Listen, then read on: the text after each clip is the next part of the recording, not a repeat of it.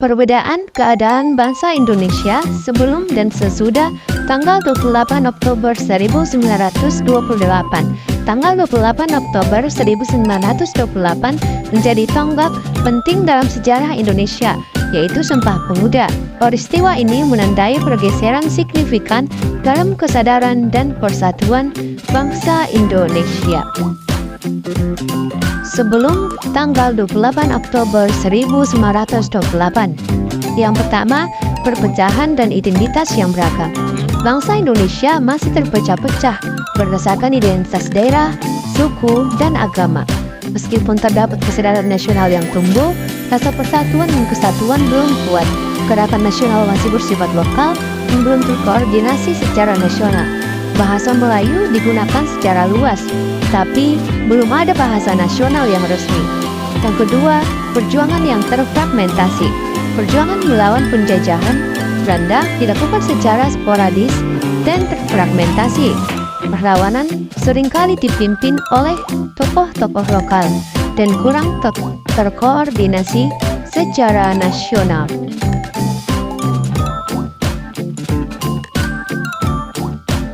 Setelah 28 Oktober 1928. Yang pertama, kesadaran nasional yang meningkat. Sumpah Pemuda menumbuhkan rasa kebangsaan dan persatuan yang kuat di kalangan pemuda Indonesia. Ikrar satu nusa, satu bangsa, satu bahasa menjadi simbol persatuan dan cita-cita kemerdekaan. Hal ini mendorong lahirnya gerakan nasional yang lebih terorganisir dan terkoordinasi.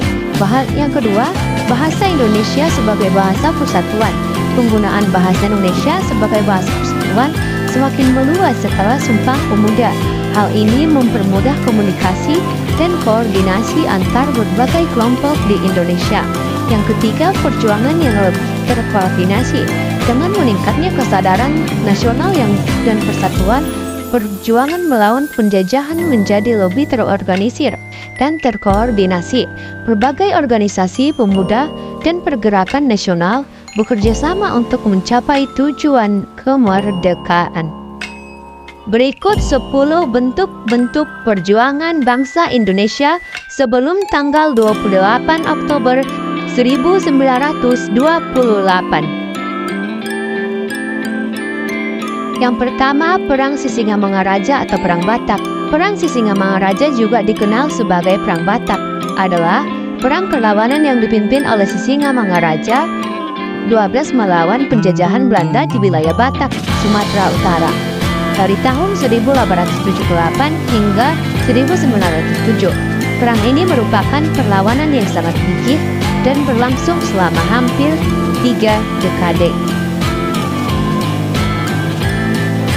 Yang kedua, Perang Padri. Perang Padri adalah perang yang terjadi dari tahun 1803 sampai 1837 di Sumatera Barat, Indonesia, antara kaum Padri dan Adat. Kaum Padri adalah umat Muslim yang ingin menerapkan syariat Islam di negeri Minangkabau di Sumatera Barat. Sedangkan kaum Adat mencakup para bangsawan dan ketua-ketua adat di sana.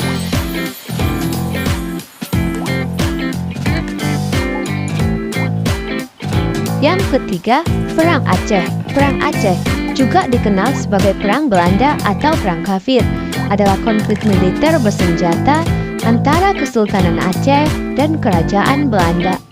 Perang ini dipicu oleh diskusi antara perwakilan Aceh dan Amerika Serikat di Singapura pada masa awal tahun 1873.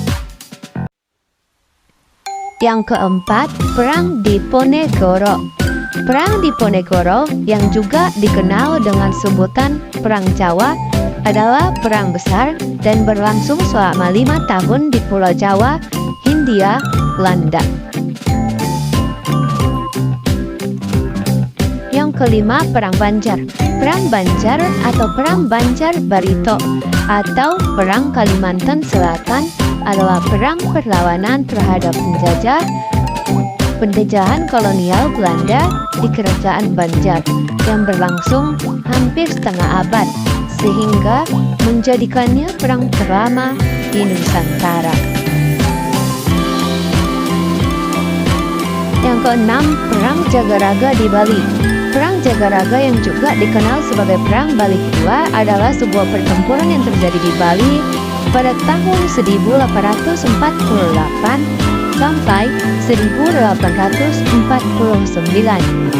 antara pasukan Belanda dan rakyat Buleleng yang dipimpin oleh Pati Ai Gusti Ketut Jelantik. Pertempuran ini merupakan bagian dari perlawanan rakyat Bali terhadap penjajahan Belanda yang dikenal sebagai Perang Puputan.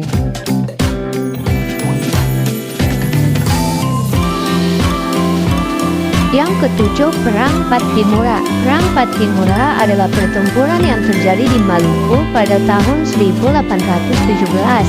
Pertempuran ini berawal dari ketidakpuasan masyarakat Maluku terhadap kebijakan VOC dan pemerintah Hindia Belanda. Pertempuran ini dipimpin oleh Thomas Macaulay atau yang lebih dikenal dengan sebutan Kapitan Pattimura. Yang kedelapan, Perang Rakyat Minahasa. Perang Rakyat Minahasa, khususnya yang dikenal sebagai Perang Tondano, adalah serangkaian perlawanan yang dilakukan oleh masyarakat Minahasa di Sulawesi Utara terhadap penjajahan kolonial terutama oleh VOC dan kemudian Belanda. Perang ini berlangsung dalam beberapa periode dengan puncak perlawanan pada tahun 1808 sampai tahun 1809. Yang kesembilan, Perang Rakyat Sunda. Perang Rakyat Sunda seringkali mengacu pada Perang Bubat, pertempuran antara Kerajaan Sunda dan Kerajaan Majapahit pada abad ke-14. Perang ini terjadi di lapangan Bubat, tempat rombongan Kerajaan Sunda yang datang ke Majapahit diberi ketegangan politik dibantai oleh pasukan Majapahit. Yang ke-10, Organisasi Budi Utomo. Budi Utomo adalah sebuah organisasi perkumpulan pertama di Indonesia yang bersifat nasional dan bersifat modern, yang didirikan pada tanggal 20 Mei 1908. Organisasi ini dikenal sebagai simbol kebangkitan nasional Indonesia dan menjadi tonggak awal perjuangan kaum muda Indonesia.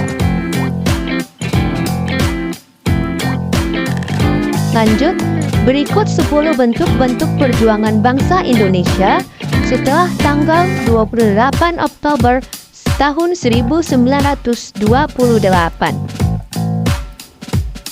Yang pertama, peningkatan pergerakan nasional. Peningkatan pergerakan nasional adalah peningkatan semangat dan aktivitas perjuangan rakyat Indonesia untuk mencapai kemerdekaan dan membangun negara yang merdeka. Pergerakan nasional ini meliputi berbagai aspek seperti sosial, budaya, ekonomi, dan politik dengan tujuan untuk meningkatkan kesadaran nasional dan membangun solidaritas untuk mencapai kemerdekaan. Yang kedua, diplomasi. Diplomasi adalah seni, ilmu, dan praktik dalam mengelola hubungan antar negara, individu, atau kelompok dengan tujuan mencapai kesepakatan, menyelesaikan konflik, dan memajukan kepentingan bersama melalui negosiasi, dialog, dan komunikasi. Secara sederhana, diplomasi adalah cara berkomunikasi dengan berinteraksi dengan pihak lain untuk mencapai tujuan yang diinginkan secara damai dan berkelanjutan.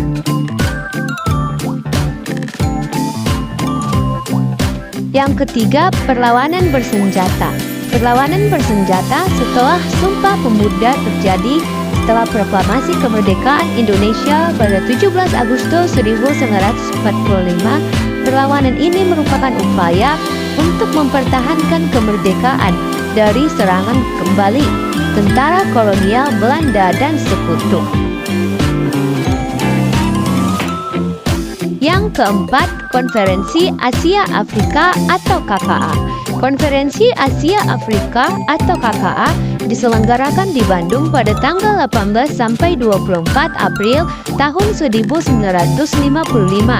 Beberapa tahun setelah Sumpah Pemuda 1908, KAA adalah sebuah pertemuan bersejarah yang mempertemukan 29 negara Asia dan Afrika untuk dibahas isu-isu bersama, terutama yang berkaitan dengan kolonialisme, kemerdekaan, dan perdamaian.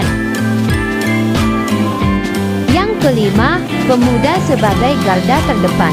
Pemuda adalah garda terdepan bangsa, peran mereka semakin penting setelah Sumpah Pemuda.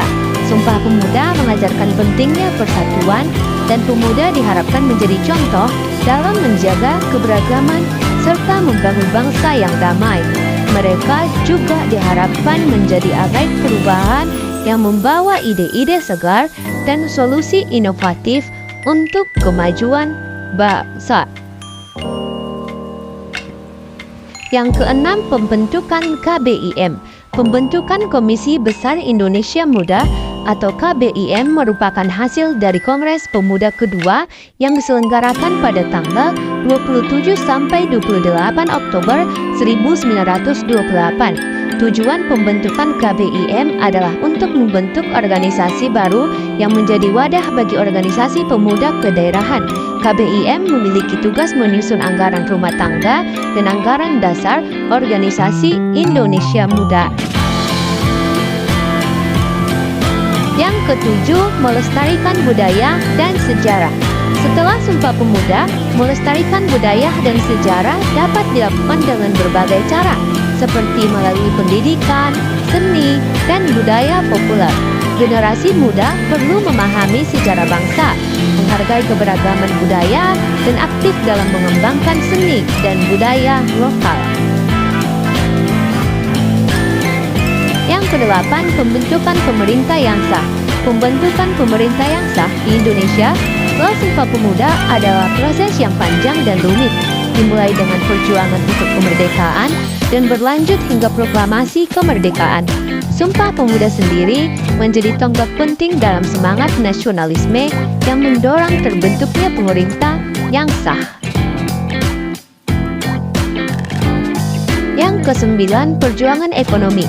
Setelah Sumpah Pemuda, perjuangan ekonomi masyarakat Indonesia semakin penting karena kemerdekaan yang dicita-citakan membutuhkan fondasi ekonomi yang kuat. Perjuangan ini melibatkan berbagai aspek seperti pengembangan usaha, mandiri, investasi, dan pengembangan ekonomi syariah.